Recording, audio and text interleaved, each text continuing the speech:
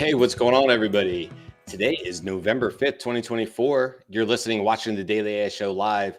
And today we are talking all about where AI fits in education. Specifically, we want to have a conversation today talking about not necessarily tutoring, but sort of that idea of AI being that personal assistant to students in business as well. There's been some interesting reports and research papers that have come out over the last year, honestly, and this is all sort of like moving in a certain direction. So today it's all about having that conversation, talking about education again, as we have several times before.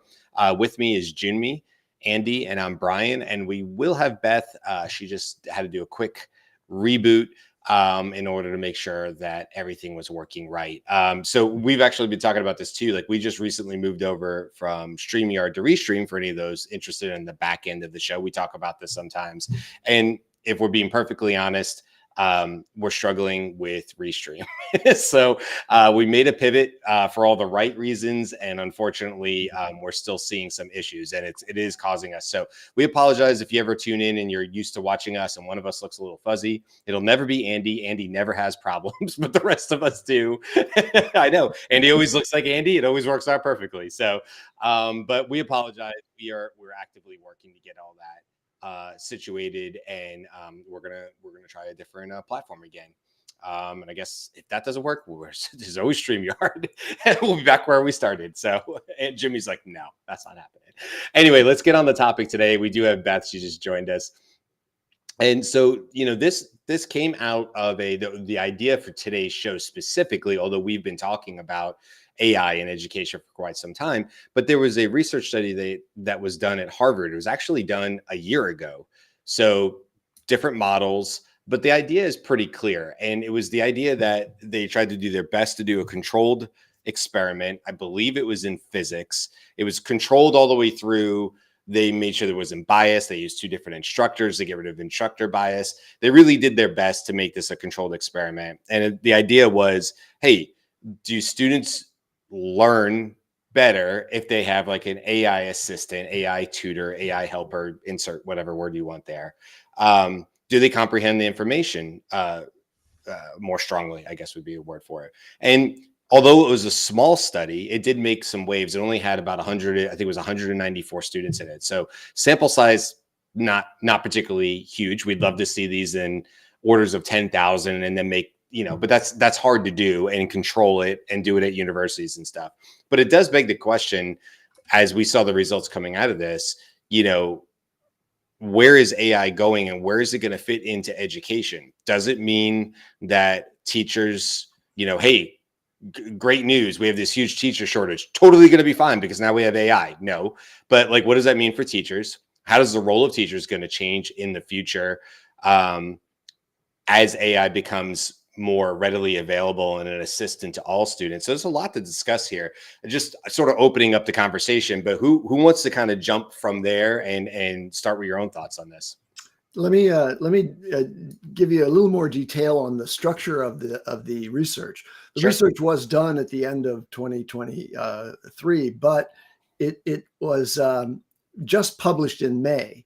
Like, Okay. they do some serious analysis of the outcomes, right? So it was just published in May, and now it's just starting to kind of hit the conversation boards of people who are masters of educational issues and pedagogy. Particularly, I want to give credit to Dr. Philippa Hardman, who is one of the leading AI advocates or observers and analysts for the application of AI in education. So now take us to Harvard. First year students in physics, the introductory course in physics. And this study was done in weeks 9 and 10. So quite way into the progress of this physics course.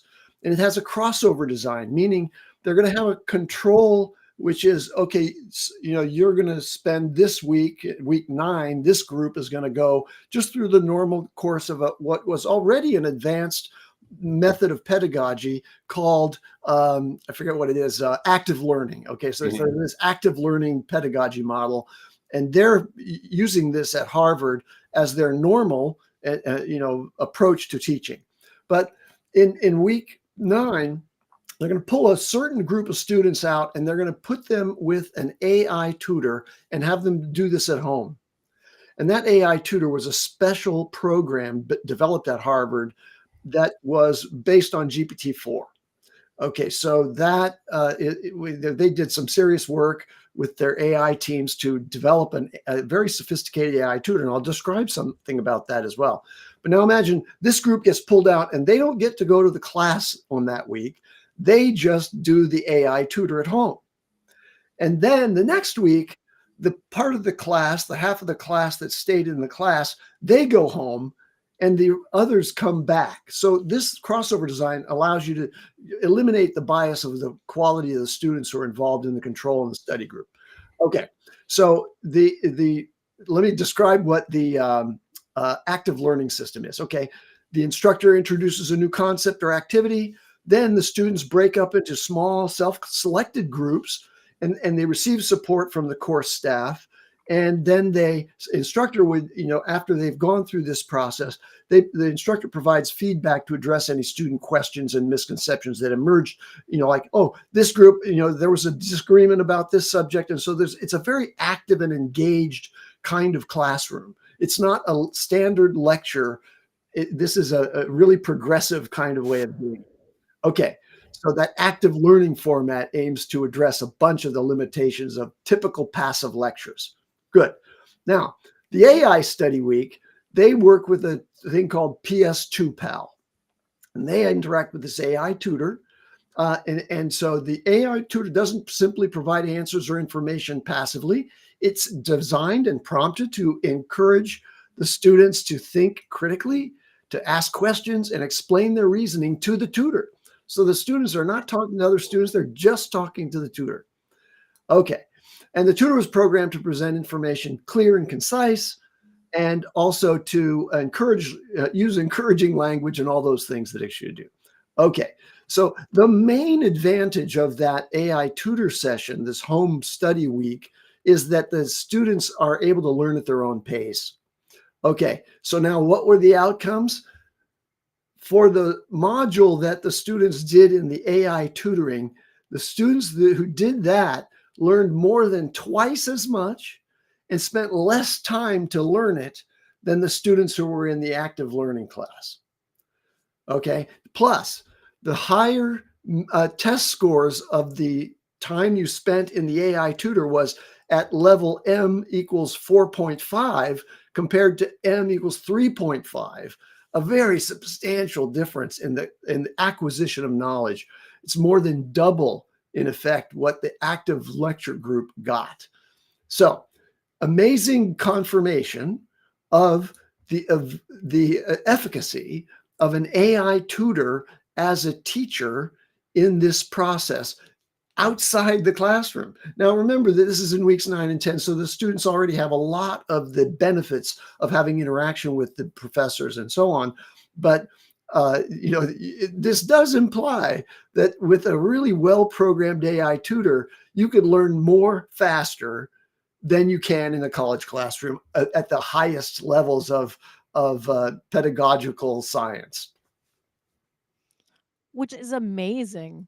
And what I love about this is that like there have been studies all along that, like if your child or yourself can teach something, anything, right? Like teach the lesson to your dog, you're going to have the lesson more firmly than if you don't engage in that.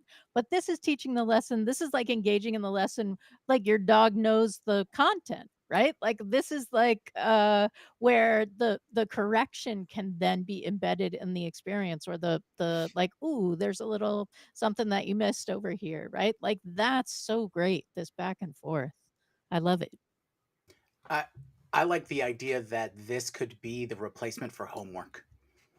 I remember going to school. That was the one thing I didn't like doing. Was homework. I'm out of school. I don't need to. I don't need to do that. But more to the point, the AI tutor provided an extra layer of interaction, like you said, Beth. So they were able to absorb more information. And as I understand it, the purpose of homework is to uh, act as a mnemonic to put into practice the lessons that you learned in the class. So this is the same kind of thing.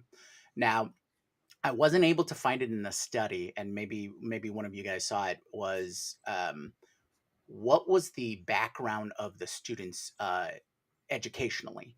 Meaning, what kind of learning systems did they come from?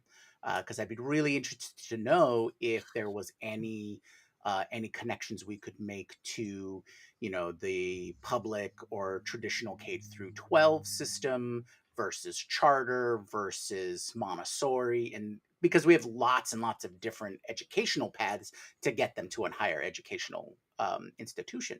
So I'd like to see if there's any information or data we could glean from that. Yeah, well, there are knowledge limitations of the study. It was very short term, right? You're basically doing 1 week of AI tutoring and comparing that to 1 week of classical, learning. As to the demographics and psychographics of the students, I don't know that there's anything in the paper. By the way, I put the paper, the research paper, into Notebook LM, so we can ask the questions of Notebook LM at any time, and it'll analyze what's in the paper and give us a response. But I would say that what you're talking about are highly motivated, very well prepared students at Harvard in physics. Okay, so this is not necessarily applicable to K-12, but I'm confident that there are versions of this approach that could be tuned to K-12. There would be yeah. Conmigo has been around for what, almost a year now, for maybe more. We did a show on it. I remember signing up for it in the early days and getting beta. By the way, Conmigo costs like $4 a month. I mean, in terms of being an accessible tool for students, I'm not saying $4 a month is in every budget. I'm not saying that, but it's certainly at the lower end considering what it does. And for those that don't know, Conmigo was built by Khan Academy. They were early on with their adoption of GPT-4. I don't even know if they upgraded to 4.0. And they're big on saying, like, unlike kind of like this study, unlike GPT-4, where if you asked for help, you're more than likely going to get an answer, because that's exactly how they're built. It's an answer machine, essentially.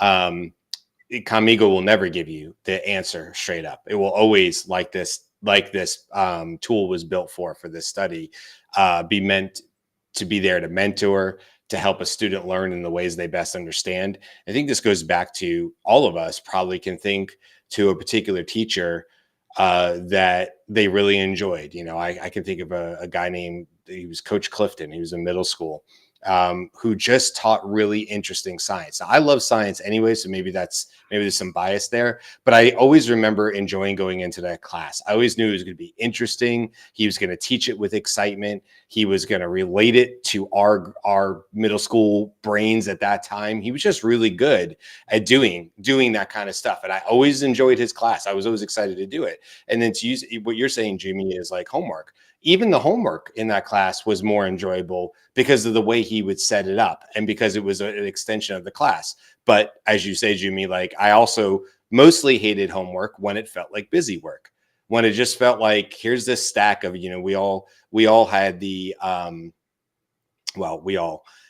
know I grew up with the horrible Xerox purple ink, barely legible copies that used to be at the school Xerox machines, and they were copies of copies of copies, and you could barely read anything, and you'd come home with a stack of those, and some teacher would assign you doing 3 pages of that, and that was just busy work, and it was awful. But if you did, I agree with you, Jimmy, if you replace that with something like a Conmigo or some sort of AI personal tutor, whatever the next order of magnitude is above Conmigo, that has longer context windows, maybe lifetime context windows, which we will eventually get to, that changes drastically. So now you have the ability, you're like, okay, well, I have to add to this subject, or more importantly, maybe that's where the actual learning is being done, is outside of the class, so it can be reinforced with more active learning, critical thinking skills inside the class, where the teacher is actually assisting and leading through discussion on it, but not because they're trying to tell you what 2 + 2 is 4 equals 4 on a board. That can now be handled maybe in a better way, where this AI tutor has enough of an understanding and knowledge of how that particular student or adult learns, and is able to teach 2 + 2 = 4 in the best method for that child. You know, I didn't grow up with dyslexia or any of your traditional learning disabilities or anything like that. And now schools do a lot better job with that. But you can imagine if you're a child that did, and you were always scared to raise your hand, and you're not gonna, because maybe there's a stutter, or you don't like the way you sound when you read out loud or whatever. But okay, now you can have this tutor at home who doesn't judge you, and there's no pressure, and there's no stress, and it's just there to help you all the time. Imagine what that does for a child's confidence, if just this tutor is coming back to them saying, "You got it. You sound great. You pronounce that word fantastically. Okay, let's read the next paragraph together. Let's do it. All right, I'm listening." What a difference that would be for that child, who could practice and do things at home in a really positive environment, and then probably open that child up when they get back in the classroom to want to contribute. Really exciting what this It's can been do. known for some time that the one-to-many classroom average kind of Sure. progression through the material doesn't provide the same level of retention as one-to-one conversational tutoring. But the problem has always been a problem of economics. How do you provide one-to-one personalized tutoring to the zillions of students that are Sure. required out there? So it never could be scaled before. But AI has the promise of solving the scaling problem for that.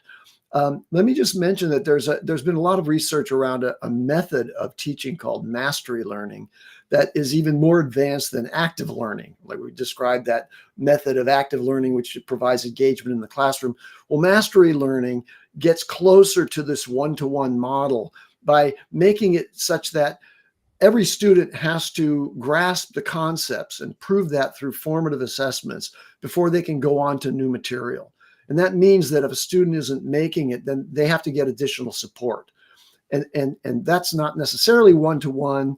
It could be 1-to-5, you know, the teacher's going to get everybody is having trouble with this concept together and give them additional time. But instead of moving forward on classroom constraints and class averages, this approach insists that each student achieve a high level of learning on the subject that's prerequisite to the next subject before they move on. When you use this mastery learning method, the level of retention is in and around 60%. Want to give a guess at what the level of, and that's measured at some number of months after the presentation of the information. So imagine you're in a classroom, you learn the subject, you pass the test, but then you're tested on it again some 6 months later. If you've been given this mastery method, which is akin to one-to-one tutoring, you'll have 60% recall, not 100% recall, but you'll have 60% recall. What do you think the one-to-many classroom lecture model gives you at that point? Any guesses? If it was 60% for the other way, I don't know, 20%? 12. Yeah. 12%. That's how poor the retention is. Now, I'm remembering these just from studies that I've read before, but I'm a student of this kind of thing because I'm very interested in, you'll see my tagline previously on the show was AI for education and training.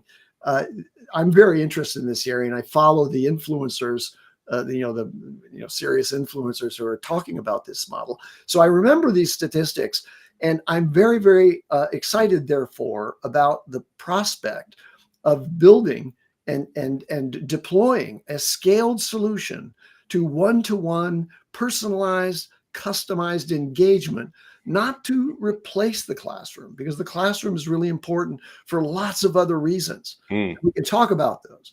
But just in terms of mastery of information with critical thinking skills and so on, having an AI tutor that can progress that way will actually give you much higher retention, much higher comprehension and retention over the long term. And I mean, the real question is, did you use the mastery method to learn and retain the stats that you were just telling us about for the for the AI that you're training? Is it like is this a meta thing, Andy? Are you like, using mastery in order to, regurgitate and be able to remember more about this? Oh no, I have no mastery in my learning at all. I'm hoping to put this for my progeny, right? I want them to have that benefit. Yeah, no, I'm just. I think my level of retention of knowledge that I've gained last week is in the 12% range. Yeah, well, that's the short-term stuff. No, listen, is somebody who's obviously well, my daughter just turned 14 today, so she's eighth grade, and the watching her go through elementary and then middle school, and watching obviously what teachers have to deal with on a day-to-day basis. I don't even mean behavioral issues. I just mean it's obviously we don't need to document it here. It's a very difficult job. It has a high level of burnout. There's all sorts of stats that I've learned over the years about how many teachers make it past like 2 years. It would be akin to looking at like nursing and stuff. It's like there's similar numbers on there, and we are having a hard time bringing in net new teachers to fill the roles. Now, a lot of that has to do with money, but not all of it does. I think that's where everybody wants to point first and say, well, teachers simply aren't paid enough. But what you'll find out really quickly is that, in some cases, you could raise teachers' pay significantly to the point where that's no longer a concern with them, but just the toxicity of the culture that they're in, that's not their fault, probably not the principal's fault. It is just the way our school system, our public school system has been working, at least in the States, leads to burnout, leads to them not having any time to really get into probably the love of why they wanted to be a teacher. And I would imagine if you just polled a whole lot of teachers, an answer that you would get back is that, I want to have an influence on children. I want to pass along my knowledge and my understanding to help children. I mean, there's just a pure love there for so many teachers. There's other reasons. So now you look at AI and you go, okay, is this meant to replace teachers? And obviously we're all not saying that's the case, but here's the case I would make for that, why this is a good thing for teachers. Because what it does is it doesn't insist that an otherwise fantastic teacher also has to be a subject matter expert for all types of learners to the one-to-many problem for a specific subject. So they might be great at a particular subject, but I will tell you, on Halloween, I ran into one of my old athletes from when I owned my CrossFit, and she's a teacher. And she said, oh, I got moved from fifth grade science to fourth grade ELA English. Moved.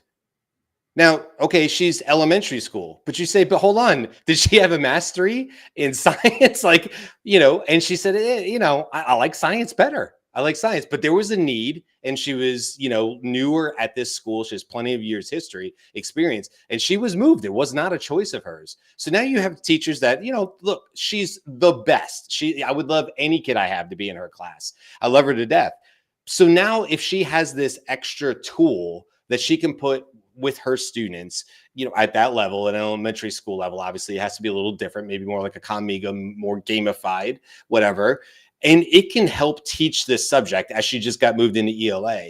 And she can focus on being herself and making that connection with the student. And in her case, probably giving that extra kid that extra hug, because that goes a really, really long way. I just think this could be a massive benefit overall to education. I actually think it will help burnout. I actually think it will get more high school and college students to go and get their teaching degrees, because what they're going to find out is like, oh, there's no longer this burden on me that I have to be everything to everyone. What I'm actually being hired for is because I'm really good at communicating and talking to this particular age group of children or adults or whatever age they're at. And I have a way of communicating this through story or otherwise that makes me successful what I do. And I understand how to use this AI tool. I know they're going to be able to like nail this maybe in school, at a computer, or at home, or whatever the case may be. I think it's absolutely going to revolutionize education, but I do not believe it's going to get rid of teachers. In fact, I think it's going to actually help us keep more teachers, the best teachers, in place. And obviously pay and other things have to happen as well. I think this is actually a boon, but some people feel like this is coming for their job. And I don't particularly see that. I don't know how you guys see it, but I don't see that future.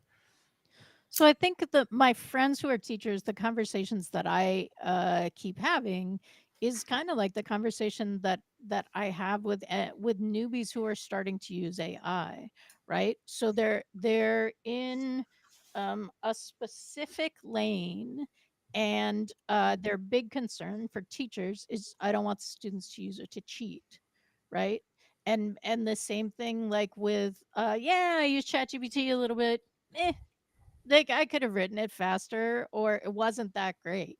What those things say to me is, "Oh, let's have a deeper conversation," Sure. because it can be really great. It can be really great in both those scenarios, right? Like, let's talk about, I keep talking to my language teacher about, like, you should assign having conversations in French and Spanish with with voice, advanced voice. If you can do it, like, they can talk about anything. The AI is going to correct them. Like, I think there are so many of those kinds of situations where it's not just enough to say this is possible, but actually a little bit more of the step by step, which is why it's so exciting. What that Philippa Hardman Substack that I linked Mm, to in the show chat, in it the was a great public chat.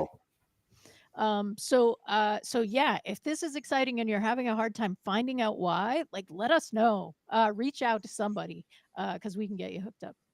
And but I just my quick follow up to that, and I won't go on a long diatribe here, Beth, is that um, when your friends or let's say people that I know a lot of teachers, and they say, "Oh, we don't want to help students cheat." I agree with you. Like this is what that really means is like let's have a bigger conversation about cheating and what that means. Because what I believe a lot of teachers are actually thinking is it's not cheating. Let's replace cheating with, oh, I don't want to rob students the joy of discovery. That's where we need to focus. I've mentioned this before. I'll say very quickly. Years and years ago, I did infant swim research, which was teaching infants how to swim. I was being trained over 6 weeks from a master instructor on how to do that. I was in the pool with infants all the way up to like 2-year-olds. So 6 months at the earliest to 2 years old. Yes, you could teach a 6-month-old how to float in a pool, turn over and float in a pool by themselves.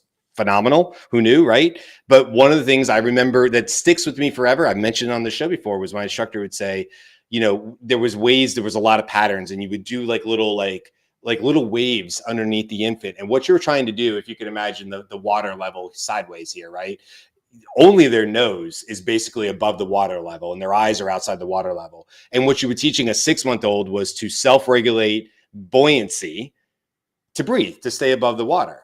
So as they were figuring that out at 6 months old, you would do certain techniques. But what you did not want to do is be the hand of God. And that's what my instructor would call it. And the hand of God was that if I, as the instructor, started to see the water, as you would imagine, looking at a 6-month-old's eyes, I might be instinctual and wanting to pick that child right up out of the water. They're literally going underwater, or at least that's my intent, right? That robs that child of the point of discovery. Now, they can't verbalize that, they can't communicate that, but if you just take that idea and take it up through any level, through when I taught it synthesis and stuff, it's the same concepts over and over, is let the children, let the adults have their aha moment. And AI can do that very, very well. But as you point out, Beth, it robs them if all it does is just regurgitate answers. If it's just an answer key over and over and over again, there's probably not a lot of learning being done.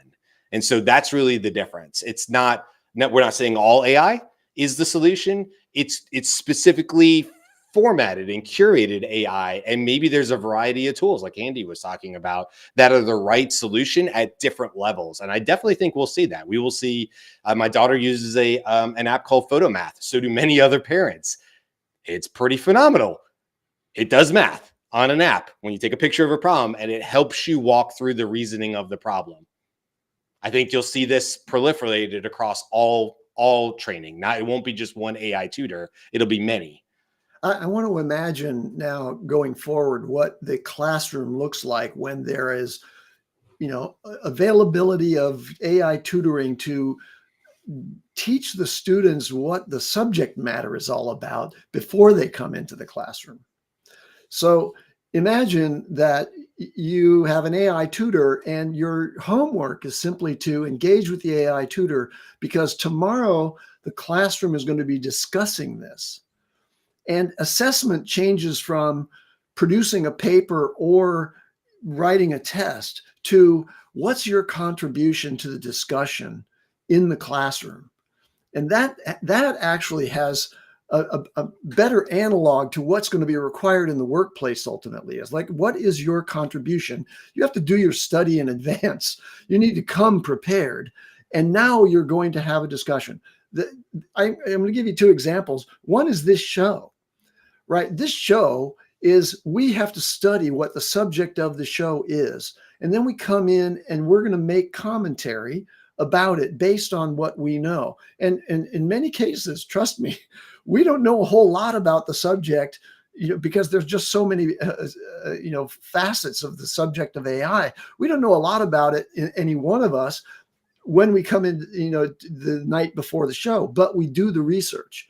So we're using AI to figure out what the issues are, what are the things that can be discussed about this, and then we have a discussion in this context. This is the classroom right here. This is where the most learning is occurring. It's the sharing and the interaction and the challenging and the critical thinking about what our colleague just said. This is similar, by the way, to Harvard Business School's case study method. At Harvard, the whole first year, you're in a group of about 75, 80 people in a big amphitheater classroom. There's 8 such sections. You're in a class that you stay with, but every night you have 3 cases. You have to study those 3 cases. And it's possible that the professor, when he comes in the morning, is going to say, Andy, open the case for us. And you have to expound on your analysis of that case. You better be prepared. If you fail to present something compelling about your analysis of that case as the opener to the discussion, that's going to really send your marks down in the eyes of the professor. So this is a model, I think, for how education might proceed in the classrooms of our grade schools, our high schools, and in colleges, is you prepare in advance with the assistance of an AI tutor. You know the subject matter, and now you're going to break into small groups in the classroom and you're going to have a discussion. And that's where the real learning progresses. And so I just want to add to that one of the things that we have to factor in, and we haven't talked about yet on the show, is this idea of accessibility.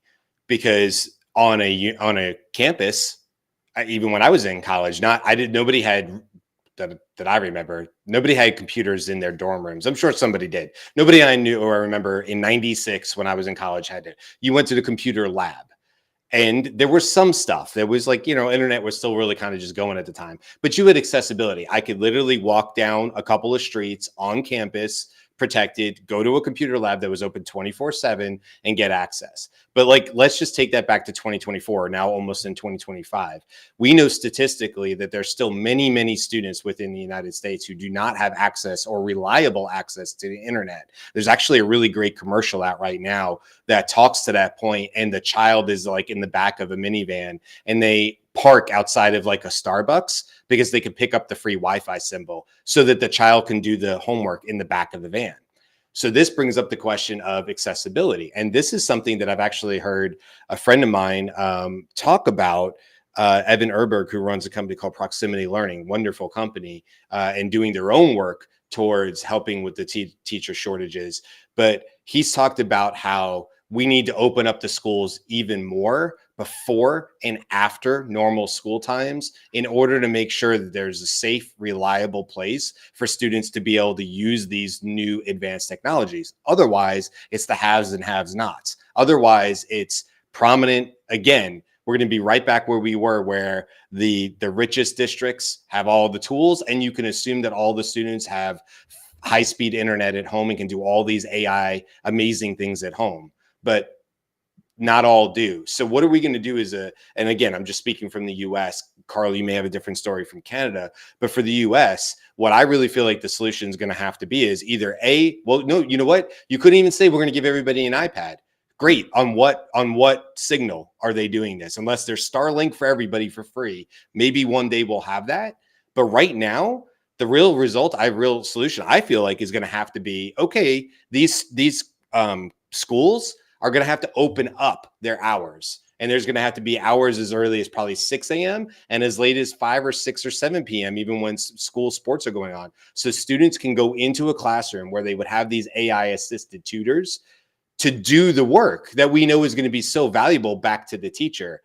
Otherwise, if you don't do that, to your point, your story, Andy, which was beautiful, which is, hey, lead off this discussion today, Brian. And I go, I didn't have any access. There's no way for me to lead off the discussion. I had no access since the time I left school property till the time I got back on. I wasn't able to do any of that. But the kid next to me has high-speed internet at home, and they're like, me. I know. I was able to do the work.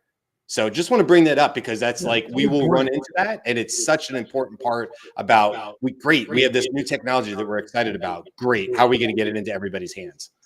Yeah, that raises the question, will my children and grandchildren, I guess my children are already out of school, so my grandchildren, will they have access to an AI tutor before the rest of their classroom? Do I give them that advantage, or is it important to insist that any such advanced technology applied to education be universally available before it's available to anyone?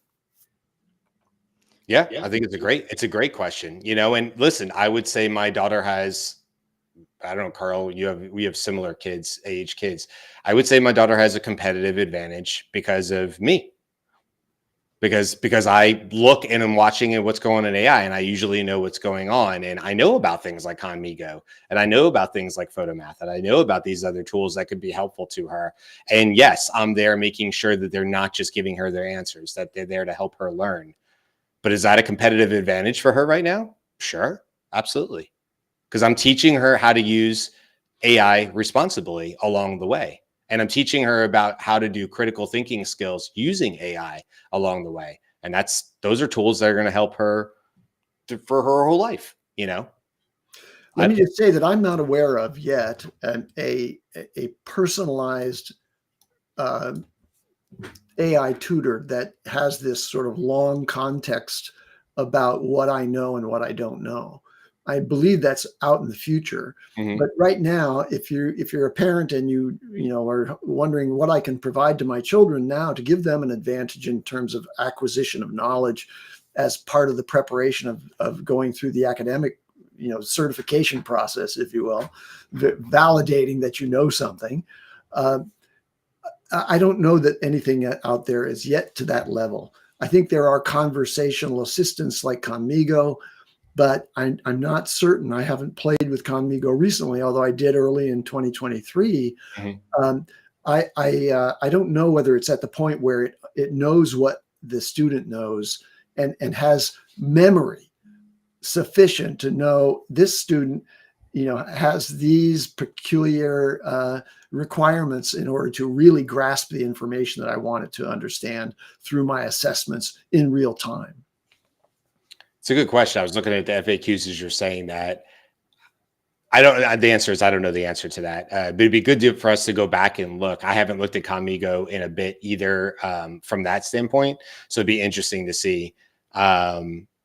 It'd be interesting to see what the context window is. Didn't we just, not to pivot, but didn't we just see too, like somebody had quick access to O1 preview and it was 200,000 tokens or something like that, and then immediately was shut down? I don't know. We could talk about that tomorrow on the news show. But Andy, the proxy for longer context windows are parents, because who's going to know their child better, their little differences and stuff better than an adult who can stand in. So you're right. One day, maybe that will be built in and the child will be able to the AI will know.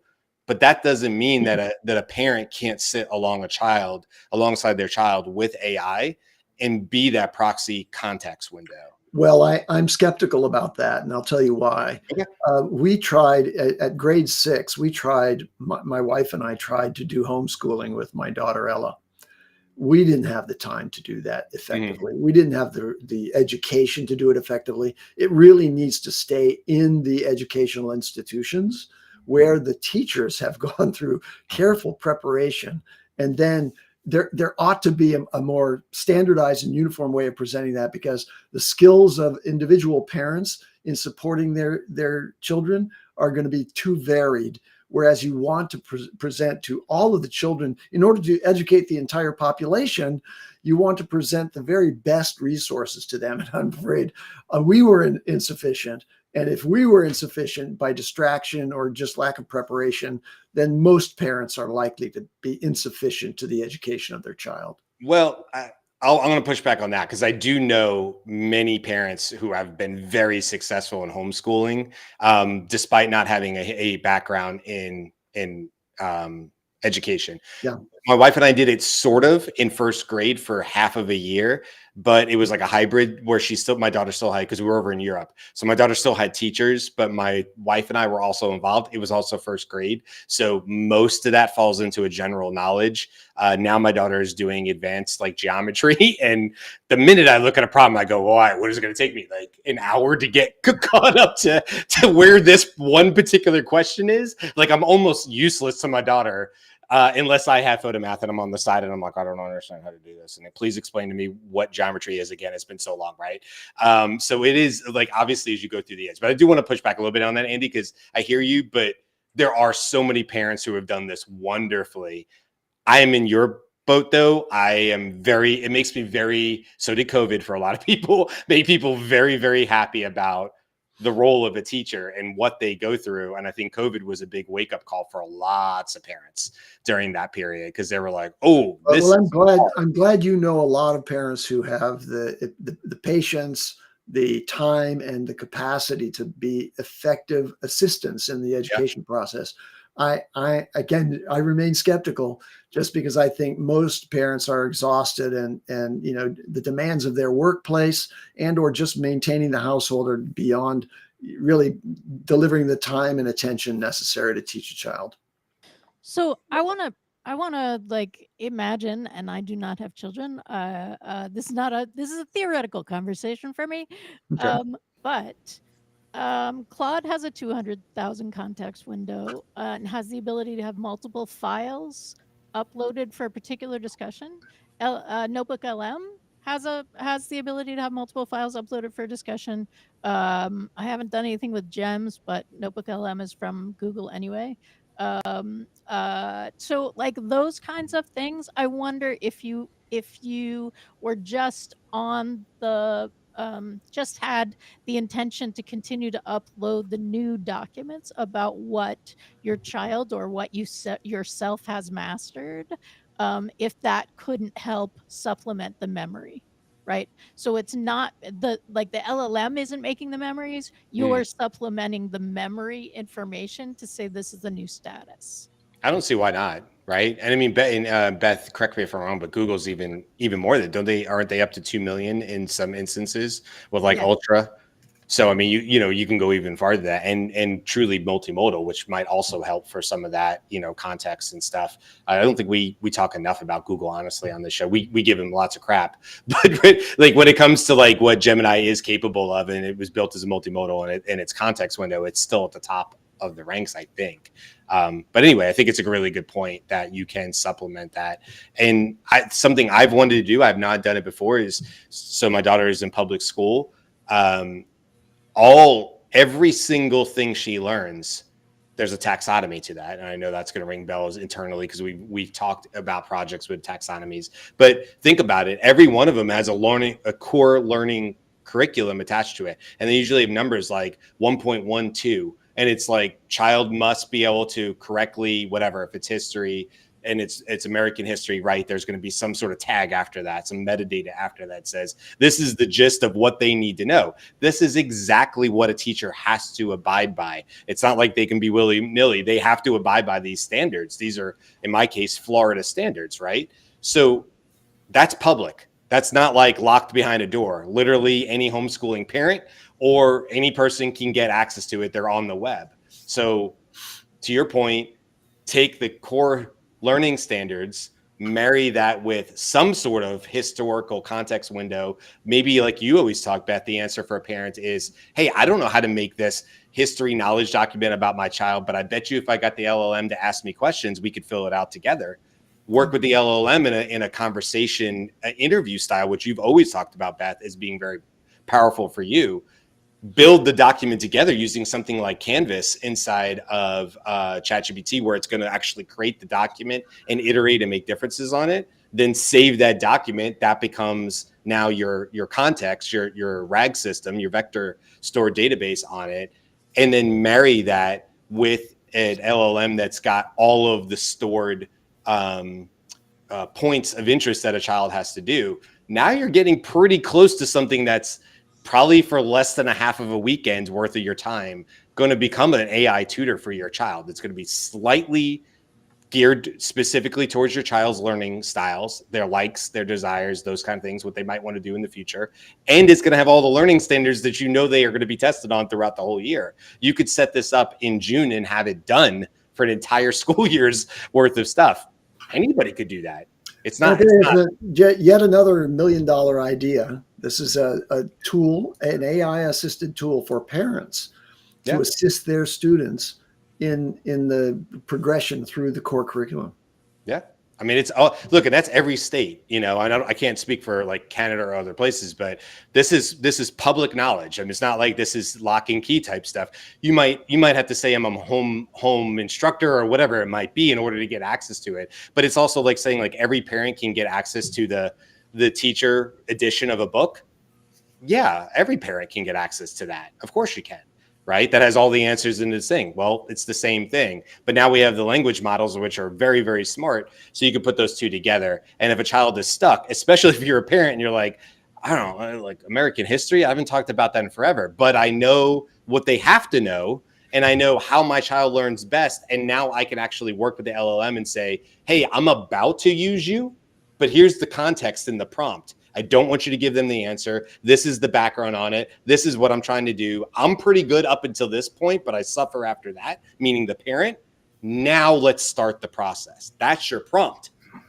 The child doesn't see that. The child sees the beginning of the sitting next to the child and saying, how are you going to do it? Now, look, that's a little advanced. I get it. Not every parent's going to sit out there and do this. I just want to put it out there that this is stuff that quite literally is available to every single parent right now.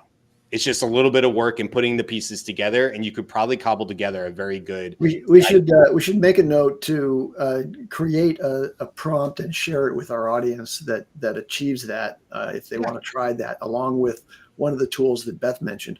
Before we close, I wanted to just mention to Gwyn, because we don't know how to respond to a LinkedIn comment, that you can't see the chat that you're normally a central part of, because you logged in through LinkedIn rather than YouTube. And apparently on LinkedIn, you can only see your own comments to the show, not everybody else's comments on the show. So if you go back to YouTube tomorrow, you should be okay. Yeah, good call out on that.